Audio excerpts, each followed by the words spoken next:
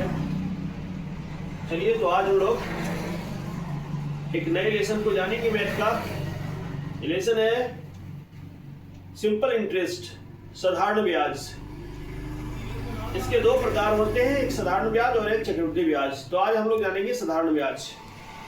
ये junior class के लिए बहुत इंपॉर्टेंट टॉपिक है, बहुत इंपॉर्टेंट लेसन है, जिसे हम सभी को जानना जरूरी है। तो चलिए शुरू करते हैं बिना देर किए। साधारण ब्याज, सिंपल इंटरेस्ट। सबसे पहले इसमें कुछ शब्द आए हैं, उसे जान लेते हैं। जैसे मूलधन, जिसे इंग्लिश में प्रिंसिपल कहते हैं, वह क्या है? मूलधन किसको कहेंगे? वह राशि जो किसी निवेश में लगाया जाता है, किसी में निवेश किया जाता है, किसी कंपनी में, संस्था में, किसी को कर्ज दिया जाता है, तो उसे हम क्या कहते हैं? मूलधन कहते हैं। ठीक है। दूसरा है ब्याज यानी इंटरेस्ट। वह शुल्क या कीमत जो किसी व्यक्ति या संस्था को पैसे उधार लेने या देने के लिए चुकानी पड़ती है।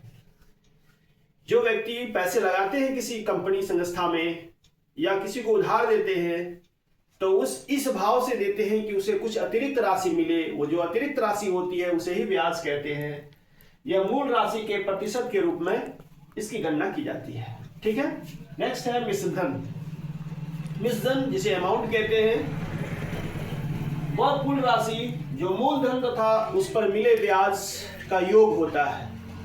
कोई व्यक्ति या कोई कंपनी या किसी संस्था में जब कोई अपने पैसे लगाते हैं, तो जो पैसे लगाए जाते हैं उसे मूलधन कहते हैं। इस लालच में लगाया जाता है कि उसे कुछ अतिरिक्त आय हो जाएगी। जो अतिरिक्त आय उसे होती है उसे ब्याज कहते हैं।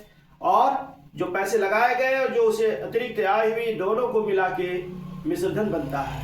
मिश्रधन का मतलब हुआ, अमाउंट का मतलब हुआ लगाए गए पैसे और उसमें जो अतिरिक्त राशि उसे प्राप्त हुई, ये दोनों का योग होता है। इसे निकालेंगे कैसे? इसमें ब्याज निकालना हो या दर निकालना हो या समय निकालना हो या मूलधन निकालना हो, तो कैसे निकाले जाएंगे? इसके एक फॉर्मूला है। इस फॉर्मूले के से हम आसानी से इन सारी चीजों को निकाल सकते हैं। इसमें हम देखते हैं कि कुल 4 चीजों की जरूरत पड़ती है। मूलधन, ब्याज, समय और दर। ये 4 चीजों का होना जरूरी है। 4 में से किसी एक का मान यदि नहीं दिया है तो फॉर्मूला का उपयोग करके हम इजी वे में उसे निकाल सकते हैं। तो यदि हमें ब्याज निकालना है, सिंपल इंटरेस्ट निकालना है, तो क्या करेंगे? मूलधन, समय और दर को मल्टीप्लाई करेंगे और उसे भी 100 से भाग देंगे। और यदि हमें मूलधन निकालना हो तो क्या करेंगे? ब्याज गुनी 100 बटे समय गुना दर। और जब हमें दर निकालना हो तो ब्याज गुनी 100 बाय मूलधन गुना समय। ये इसके फॉर्मूला है जिससे आसानी से हम निकाल सकते हैं। यदि समय निकालना हो, सब कुछ दिया और समय नहीं दिया हो, तो हम समय कैसे निकालेंगे? तो ब्याज गुना 100 बाय मूलधन गुना दर। ये इसका फॉर्मूला है। और जब ये ब्याज निकल जाता है तब हमें मिश्रधन की जरूरत पड़ती है। तो मिश्रधन निकालने के लिए हम क्या करते हैं? मूलधन और ब्याज को जोड़ देते हैं, उसे उसका योगफल कर देते हैं। और ब्याज, मिश्रधन दिया है, मूलधन दिया हुआ है, तो ब्याज निकालना आसान है। क्यों? क्योंकि ब्याज इक्वल टू क्या होता है? मिश्रधन घटाओ मूलधन। तो बड़ी आसान तरीके से हम इसे निकाल सकते हैं। आइए कुछ प्रश्नों को देखते हैं, जिसे हल करने का प्रयास करते हैं, जो हमारे डे टू डे उपयोग होता है। तो पहला क्वेश्चन है, रुपये 2500 पर 8% वार्षिक दर से 4 वर्षों में ब्याज कितना मिलेगा? तो प्रश्न से स्पष्ट हो रहा है कि हमें क्या निकालना है? हमें निकालना है ब्याज। ब्याज नहीं दिया हुआ है। बाकी जो पैसे यहां लिखे गए हैं 2500 रुपये, ये मूलधन हो गया, 8% रेट हो गया, दर हो गया, और 4 वर्ष समय हो गया। तो P दिया है, R दिया है, T दिया हुआ है, तो क्या नहीं दिया है इसमें? इंटरेस्ट नहीं दिया है, SI नहीं दिया है। तो हम लिखेंगे सूत्र से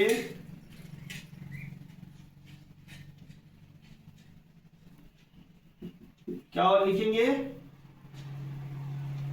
ब्याज इक्वल टू मूलधन गुनी समय गुनी दर बाय 100। इस फॉर्मूला का उपयोग करके हम इसे बनाने का प्रयास करते हैं। तो मूलधन कितना है 2500, 8% और 4 वर्ष,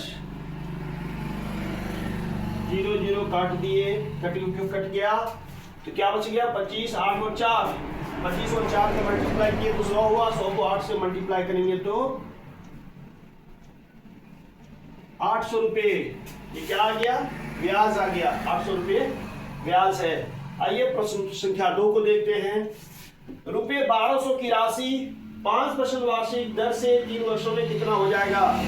इसको देखने में पता चल रहा है कि ब्याज के साथ साथ मिश्रधन भी मांगा गया है। क्योंकि कितनी राशि हो जाएगी मूलधन को लेकर तो उसे मिश्रधन कहेंगे। सबसे पहले इसमें क्या निकालना है हमें, सबसे पहले ब्याज निकालेंगे। चलिए शुरू करते हैं। फॉर्मूला वही है, मूलधन गुनी समय गुनी दर बटे 100। तो मूलधन कितना है 1200, समय कितना है 3 वर्ष और रेट है आपका 5%। क्या बच गया 12 × 3 × 5।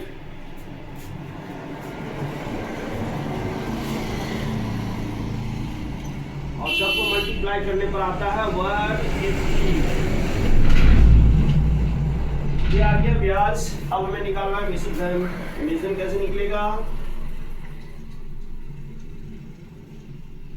मिश्रधन इक्वल टू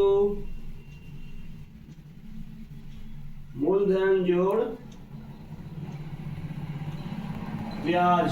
मूलधन है आपका 1200 और इंटरेस्ट आ रहा 180,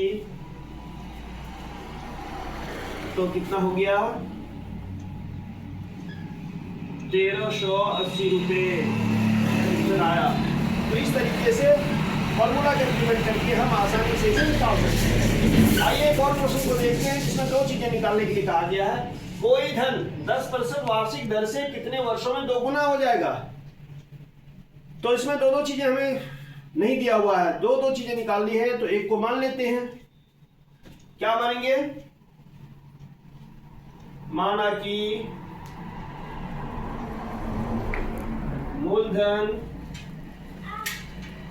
इक्वल टू 100 रुपये।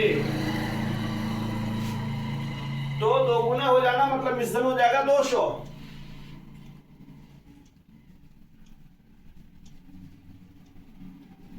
मिश्रधन मूलधन का 2 गुना 2 × 100 इक्वल टू 200। तो ब्याज कितना हुआ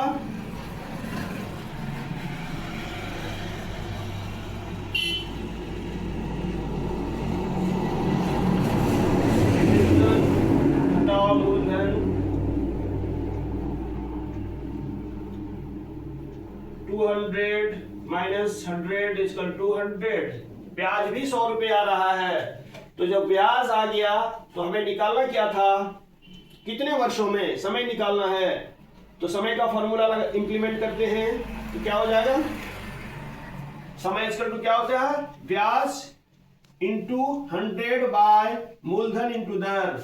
तो ब्याज आपका 100 ही है यहां पर, इंटू 100, मूलधन भी 100 ही था और रेट क्या है 10%।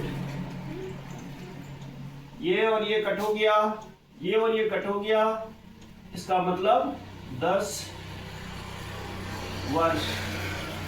10 वर्ष समय लगेगा जब मूलधन 2 गुना हो जाएगा। तो आज के लिए इतना ही, इसे हम समझ लिए। अब इस तरह से बहुत सारे उदाहरण हम ले सकते हैं और उसे हल करने का प्रयास कर सकते हैं। चलिए ठीक है, अगले दिन हम लोग चक्रवृद्धि ब्याज को जानने का प्रयास करेंगे। ठीक है।